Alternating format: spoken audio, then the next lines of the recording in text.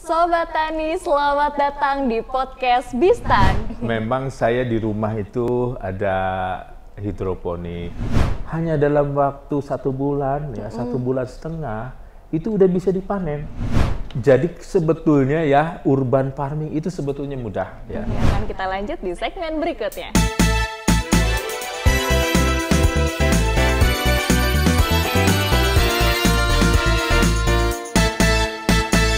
Di tengah pandemi COVID-19 ini, Ya. sektor pertanian mengalami peningkatan, Pak. Betul, ya. Gimana sih, Pak, maksudnya, Pak?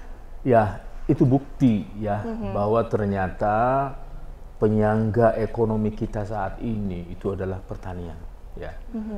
Kenapa pertanian itu tumbuh positif ya dari Q1 kuartal 1 ke kuartal 2 sampai dengan 16,25% itu kan luar biasa kan? Iya. Artinya apa? Pertanian itu tidak berhenti. Ya kita semua tahu ya, gara-gara COVID-19 itu seluruh sektor kehidupan kita memang terpuruk. Betul. Termasuk sektor pertanian tentunya. Semuanya terdampak ya, Pak? Semua terdampak ya. Coba dari aspek distribusi sarana prasarana saja. Sekarang distribusi pupuk ya dari lini 1, lini 2 sampai dengan lini 4 itu pasti terganggu kan? Kenapa? Karena kendaraan terganggu. Apalagi di tempat-tempat tertentu kan ada yang lockdown ya. Nah itu dari sarana prasarana, belum benih juga begitu. Nah sekarang dari distribusi untuk produk ya dari produsen ke konsumen sama ya. Kemarin itu di beberapa kota itu sampai aduh kasihan lihat petani ya. Sampai ada yang frustasi, kenapa? Ya. Begitu masuk ke kota, kotanya lockdown, nggak boleh masuk. Coba kan, di saat yang sama ya itu yang namanya restoran, yang namanya mall, yang namanya pasar, yang namanya marketplace itu semuanya terganggu ya. Coba biasanya kan dia ada orderan misalnya dari restoran A gitu ya. Misalnya beras sekian kilo, sayuran sekian kilo ton, setiap minggu ya sampai sekian ton. Nah, begitu restoran tutup, lah jelas orderan berhenti kan? Betul. Nah, itu yang membuat memang petani kita memang agak oleng ya gara-gara COVID-19. Tapi alhamdulillah saat ini sudah memasuki keseimbangan. Sudah memasuki keseimbangan. Jadi artinya coba kita lihat ya. Kalau yang namanya sektor pariwisata, begitu ada COVID-19 itu kan langsung hop. Jadi bahkan pertumbuhannya sampai minus, bahkan ada yang minus 40%. Tapi kalau pertanian kan petani tetap turun ke sawah. Petani turun ke ladang, petani tetap produksi begitulah. Meskipun ada gangguan misalnya distribusi pupuk terganggu, distribusi benih terganggu, distribusi produk yang dia hasilkan ke mal-mal, ke konsumen ya, ke restoran, semuanya terganggu. Tetapi kan produksi tetap berjalan. Tidak terganggu ya. Kenapa? Karena kalau pertanian itu kan umumnya kan di kampung, di desa ya. Jadi social distancing pasti kan? Pasti. Tidak ada kerumunan di situ. Satu, kemudian yang kedua, petani itu udah biasa itu panas-panasan. Berjemur setiap hari. Kalau kita kan disuruh-suruh, diuprak-uprak suruh berjemur. Petani nggak usah diuprak-uprak, petani berjemur sendiri. Ya artinya memang dia tentu saja sehat. Udaranya kan segar. Apalagi seperti saya bilang tadi, kalau melihat yang hijau-hijau, itu dari segi psikis, ke mata, kemudian ke perasaan. Itu semuanya membuat kita nyaman, membuat kita enak, membuat kita happy gitu loh. Nah artinya pertanian ini tetap berproduksi. Dan terbukti ya di kuartal 1 ke kuartal 2 itu produktivitas meningkat kok sampai 16,25%. Kan luar biasa kan? Iya. Di kuartal ketiga di saat yang lain semuanya terpuruk. Ya. Kita sudah masuk resesi. Kenapa? 2 kuartal kita kontraksi berturut-turut. Minus pertumbuhan nasional itu berturut-turut. Kuartal pertama ke kuartal kedua kita minus 5, sekian persen kan secara nasional. Kuartal kedua minus 3, sekian persen kan. Artinya 2 kali berturut-turut minus pertumbuhan ekonomi kita. Tapi 2 kali berturut-turut pertanian positif. Kenapa? Pertanian tidak pernah berhenti. Pertanian jalan terus. Kenapa? Pertanian yang menghasilkan pangan. Betul. Selama masih ada kehidupan, selama itu pula pangan diperlukan. Selama pangan diperlukan, selama itu pula pertanian diperlukan. Bayangkan kalau pertanian berhenti. Nah, apa jadinya? Apa jadinya? Itulah makanya pertanian tetap berproduksi, bahkan produksinya meningkat dibandingkan dengan tahun sebelumnya. Karena memang dibutuhkan banyak orang ya Pak, pertanian. Dibutuhkan banyak orang ya. Misalnya begini, coba kita misalnya sepatu bolong ya, rusak. Ya nggak apa-apa kan, minggu depan kita beli sepatu kan nggak apa-apa. Apalagi kalau misalnya kendaraan kita misalnya nyenggol ya, penyok ya. Nggak apa-apa, bulan depan kan nggak apa-apa. Sepeda kita misalnya rusak, motor kita rusak, nggak apa-apa, bulan depan nggak masalah. Tapi kalau misalnya makanan coba, sehari aja delay, sehari aja tertangguhkan, gimana rasanya kita? Itu bisa menjadi chaos. Betul. Nah, oleh karena itu memang namanya selama masih ada kehidupan, selama itu pula perlu pangan. Selama perlu pangan, selama itu pula perlu pertanian. Oleh karena pertanian memang tidak boleh berhenti. Pertanian tidak boleh berhenti di tengah pandemi seperti apapun ya Pak. Apapun yang terjadi, pertanian tidak boleh berhenti. Besok mau kiamat, hari ini kita tetap tanam, hari ini kita tetap olah tanah, hari ini kita tetap ngabuluku, menggaru, panen dan lain sebagainya. Aktivitas pertanian tidak pernah berhenti. Begitu, kecuali kalau kata berhenti sudah tidak ada lagi di dunia ini. Oke, Pak, tapi ngomong-ngomong soal dunia pertanian nih Pak, SDM kita Pak, gimana caranya agar petani milenial kita ini untuk tetap bersemangat Pak, untuk menjadi seorang petani? Ya, jadi memang begini ya, kalau menurut saya, saya pernah diskusi dengan seorang psikolog, ya dia tuh termasuk juga motivator, ya, Dr. Ari Gunanjar namanya, ya sahabat saya.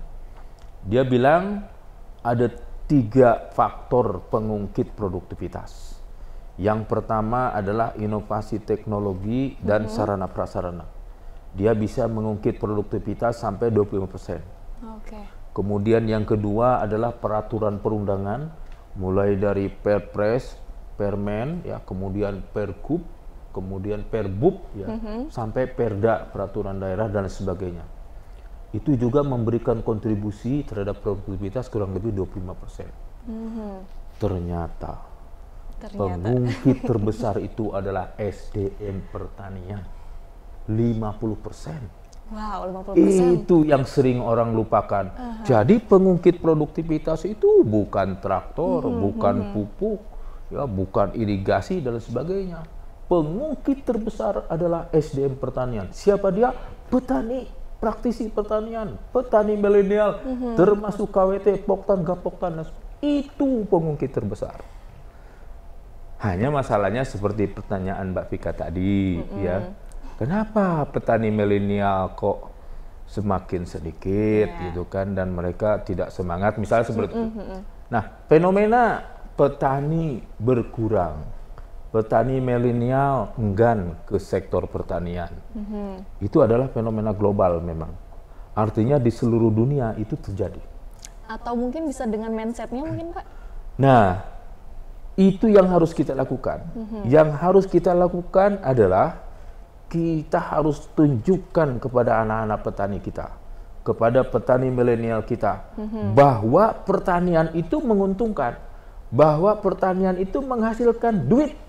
Ya, kalau pertanian itu sudah terbukti menghasilkan duit, itu maka semut-semut akan berdatangan dengan sendirinya. Itu yang harus kita. Negara kita adalah negara agraris. Artinya apa? Negara pertanian. Artinya pertanian itu pasti sukses di negara kita. Apapun yang kita tanam pasti akan berhasil. Berhasil. Kenapa?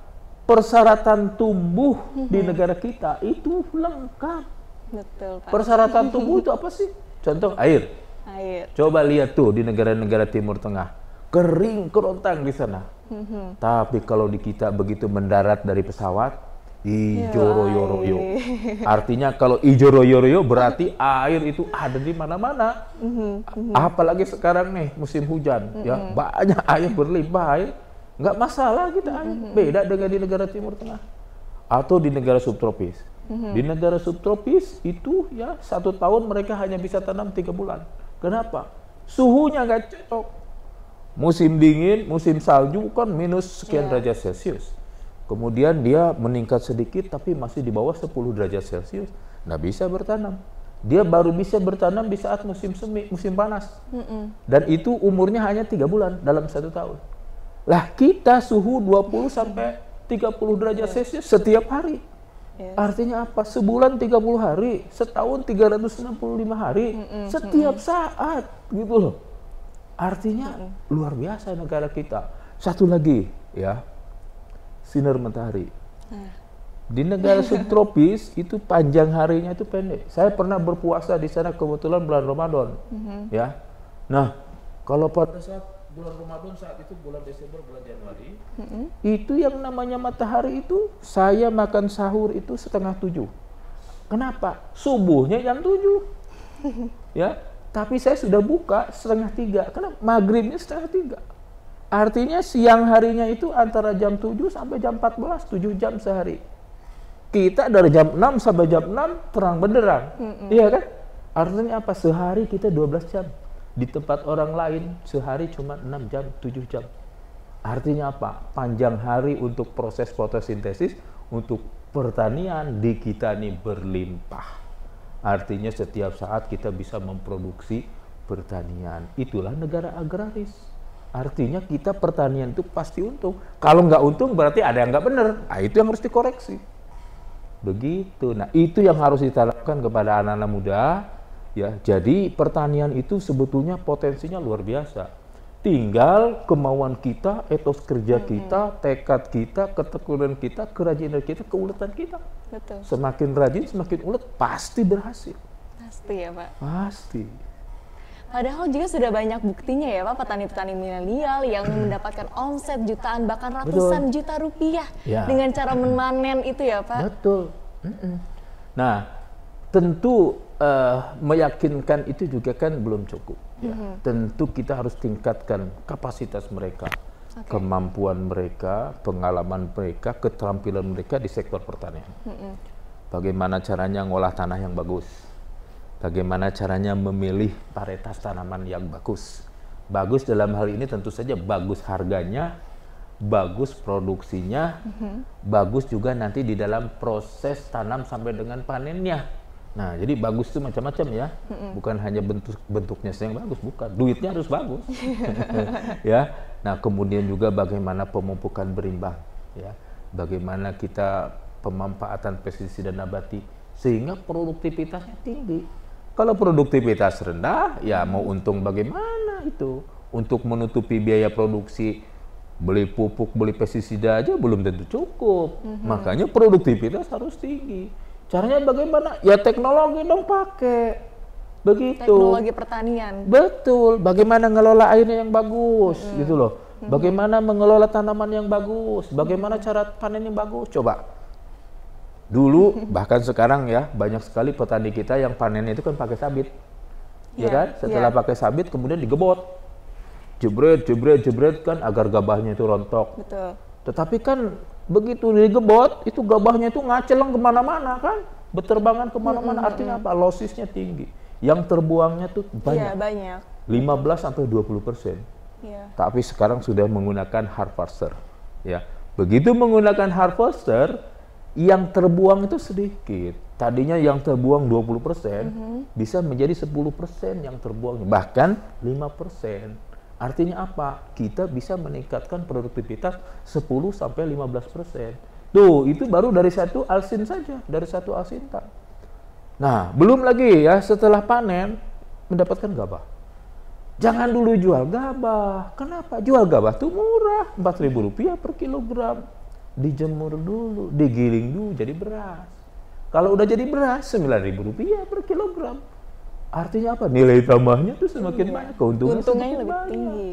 Begitu. Apalagi kalau misalnya ya berasnya itu derajat sosoknya kita turunkan, butir pecahnya kita turunkan, butir hijau kita turunkan, jadilah beras premium. Harganya Rp14.000 per kilogram. Begitu. Apalagi kalau kita kemas yang bagus ya. Misalnya dengan menggunakan plastiknya dicap, kemudian divakum, dijual di mal-mal, harganya Rp20.000 per kilogram.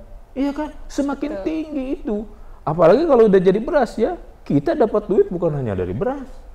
Kalau namanya di RMU itu ada beras kan, Ada juga byproduct. Byproductnya itu misalkan ada katul, ada dadak halus, ada dadak kasar, ada sekam. Itu semua duit itu. Jadi beras lokal kita pun bisa bersaing dengan impor, bahkan bisa betul. menggencet ya Pak. Apalagi beras lokal ya. Beras lokal itu kan harganya bagus. Kenapa? Rasanya enak. Nah, itu kan rasanya enak ya. Tentu harus ditingkatkan kualitasnya. Jadi yang namanya beras lokal itu gilingnya dong yang bagus. Nah, kalau gilingnya yang bagus berarti ya penjemurannya, pengeringannya dong yang harus bagus gitu loh. Nah, apalagi kemudian nanti diproses lagi sehingga kan nanti warnanya kan kinclong. Okay. Nah, semua orang kalau yang kinclong-kinclong pasti menarik kan? Betul. Nah, beras juga sama. Ibu-ibu kalau lihat beras kinclong itu pasti langsung ke situ dia. Iya. Apalagi kalau beras lokal itu memang rasanya enak gitu loh. Kalau di Cianjur itu kan ada rojo lele kan, nah itu kan luar biasa. Ada juga yang apa Sintanur ya, itu kan wanginya tuh luar biasa. Kalau misalnya di Banjar ya, di Kalimantan, itu kan ada beras siam. Itu beras siam itu 1 liter bisa 35.000 loh harganya. Padahal yang biasa itu kan cuma 9.000 rupiah per liter. Kalau siam itu bisa 35.000. Itu keren kan harganya. Kenapa? Memang rasanya juga lebih enak. Dan biasanya memang yang makannya juga yang kelas. yang berduit dong. Nah, makanya kalau kita jual produk itu sama orang-orang berduit lah. Pak, ngomong-ngomong soal lokal nih Pak, di hadapan kita ini ada makanan lokal dari Agribani. Boleh kita buka nih Pak, sama-sama. Oke ya. Wah, ini luar biasa ini.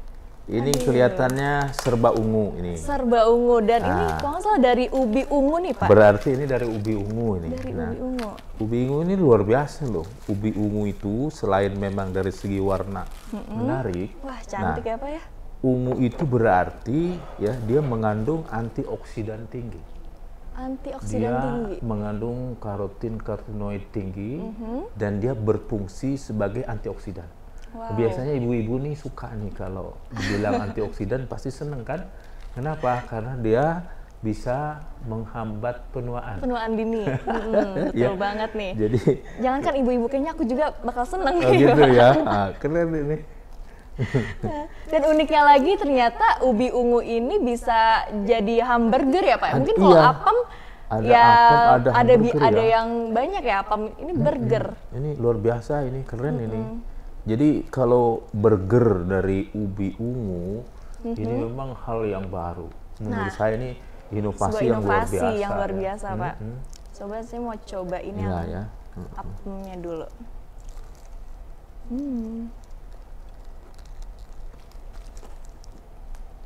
Terasa sih Pak ubinya, enak ya Pak? Terasa banget, enak. Terasa banget. Nah, ini menurut saya tidak kalah enaknya dengan ya burger dari apa namanya tepung terigu itu loh. Iya. Ya, kemudian juga ini juga sama ya, apem juga dia tidak kalah dengan tepung terigu ataupun tepung beras. Benar ya. Pak. Dan ada rasa ubinya itu terasa ya. Jadi apalagi ini kan ubinya ubi ungu. Jadi terasa rasa ubi ungunya tuh. Ngomong-ngomong Bapak kayaknya ini juga ya Pak, anti makan makanan yang berbahan impor, betul nggak sih Pak? Betul. Boleh dong ceritain sedikit Pak, kenapa sih Pak? Jadi begini ya, ini memang apa ya, menurut saya ada kebiasaan ya, kita ini yang menurut saya kurang baik. Kenapa saya bilang kurang baik? Di Indonesia negara tropis ya, sumber pangan lokal itu berlimpah. Nah, setuju. Berlimpah, karbohidrat berlimpah ya. Di Indonesia Timur ada sagu, Indonesia Barat ada singkong, ya kan. Kemudian di Indonesia Tengah, apalagi di Jawa itu kan ada pisang. Itu kan sumber karbohidrat yang luar biasa. Ya. Tapi kenapa kita kok suka gandum? Gandum itu kan tanaman sana subtropis yang bisa menghasilkan gandum dalam jumlah banyak. Itu Amerika, China, Korea. Kenapa? Daerah subtropis.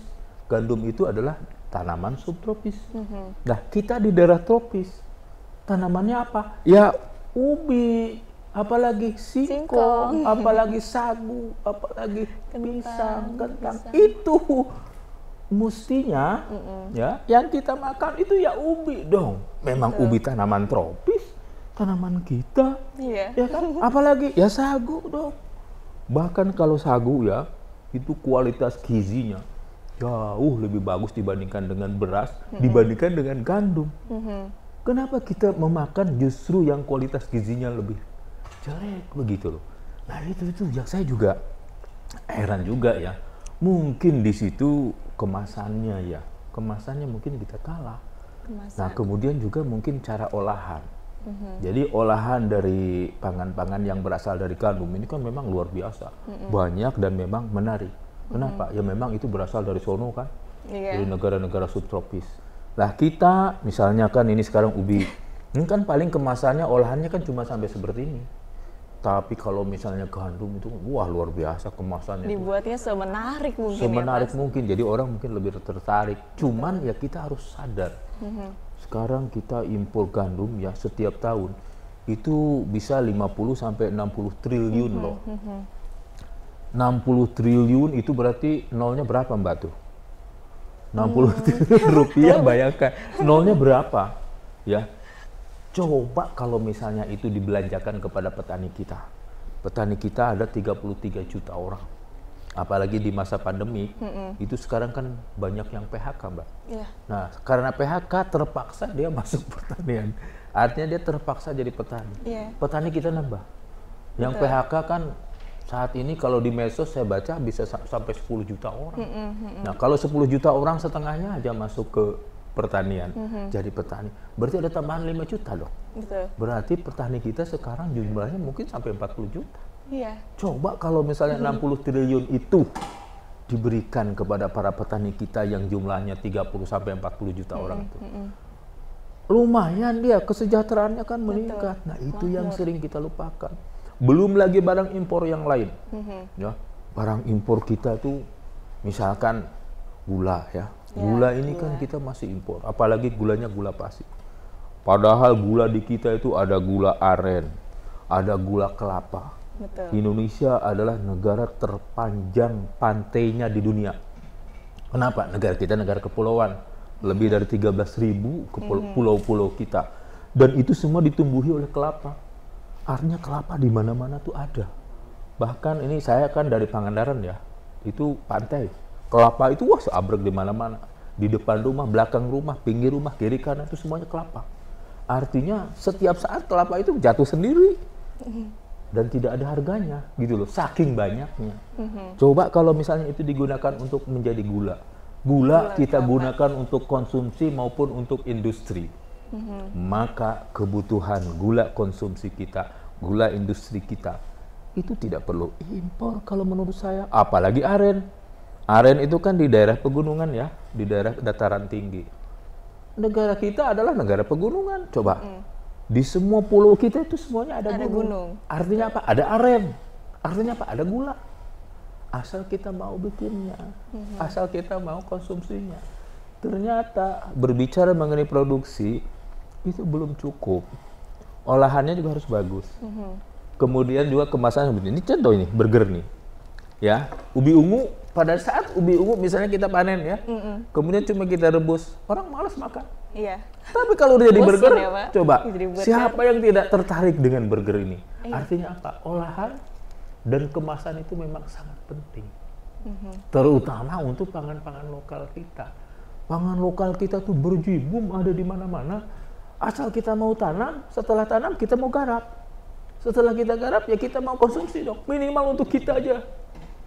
Apalagi kalau olahannya bagus, kemasannya bagus, bisa ekspor coy. Iya, yang bisa menghasilkan ubi itu hanya negara-negara subtropis, negara-negara tropis.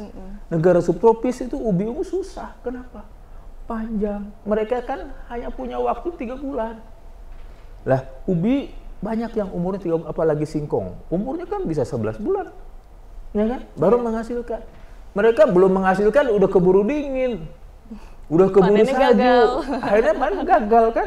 Kita matahari terus gitu. Nah, oleh karena itu, terutama untuk komoditas lokal, berarti kan dia punya keunggulan kompetitif kan?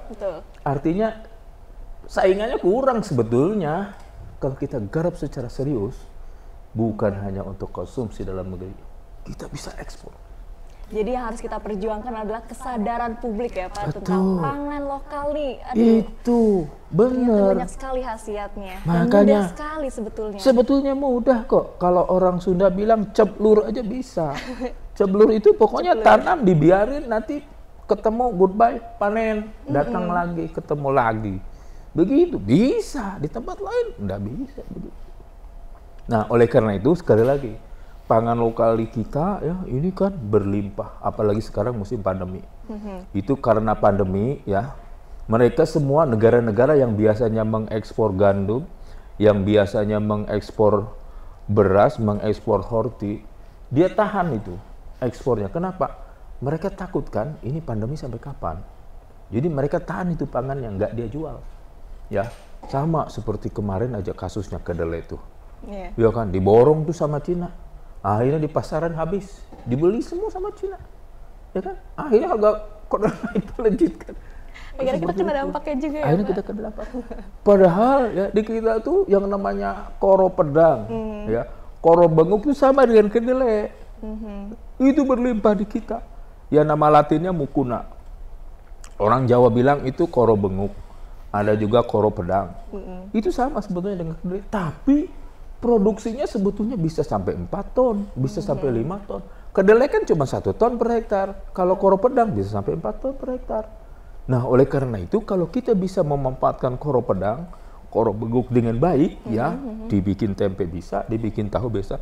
Memang di olahannya, di prosesinya memang ada berbeda ya. Ini karena mungkin baru ya, belum familiar.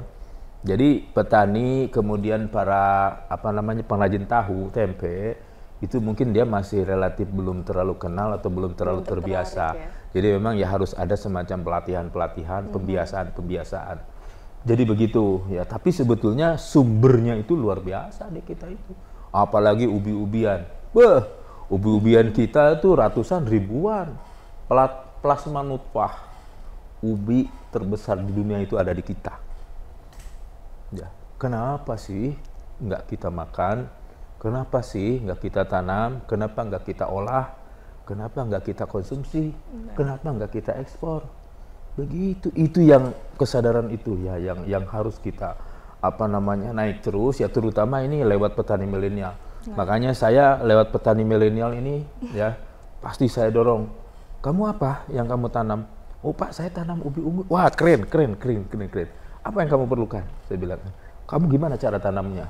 Oh Pak, gini. Kamu sudah dengar mikroorganisme lokal? Oh belum Pak, bikin yuk. Nih caranya begini, gitu loh. Nah dengan mikroorganisme lokal itu nanti produktivitasnya pasti meningkat. Artinya nanti produksi juga meningkat. Begitu. Nah kemudian ya kita hubungkan dengan optaker ya, dengan eksportir. Eksportir itu kan biasa ada persyaratan ya, biasanya ke kualitas. Misalnya ubi ungu ya, banyak itu diekspor ke Singapura, ke Thailand, ke Filipina ya, bahkan ada yang ke Jepang. Itu dibikin keripik, ada juga dibikin tepung, dibikin macam-macam itu di tempat luar itu. Persyaratan aja misalnya di diameter, ya itu diameternya itu antara 9 sampai 11 cm. Jadi nggak boleh lebih dari itu. Ya kalau lebih dari itu sortir, dibuang, nggak bisa diekspor. Tapi harganya keren. Harganya bisa 30.000, 28.000 per kilo. Dibandingkan dengan misalnya ubi ungu biasa, paling 4.000, 5.000 per kilo. Nggak ada apa-apanya kan? Nah, asal kita bisa nanam, asal kita bisa sortir yang bagus ya, upgrade yang bagus, keren, bisa ekspor. Wah, itu sebetulnya. Jadi begitu ya Pak sebetulnya ya Pak. Nah, ini buat petani milenial ataupun kaula muda yang mendengarkan ini, boleh tuh langsung diterapkan tips-tips dari Pak Deddy Nur Syamsi. Betul ya. Betul ya Pak. Sumber daya lokal kita tuh luar biasa. Dengan kasat mata saja kelihatan, apalagi kalau kita gali lagi, semakin berlimpah itu. Oke deh, Sobat Tani, itu dia episode hari ini dengan Pak Deddy Nur Syamsi dengan berbagai tips dan cerita-cerita menariknya seputar dunia pertanian. Jangan lewatkan episode-episode berikutnya. Kita akan menghadirkan narasumber-narasumber yang menginspirasi tentunya di podcast Bistan, bincang seputar pertanian. Sampai jumpa.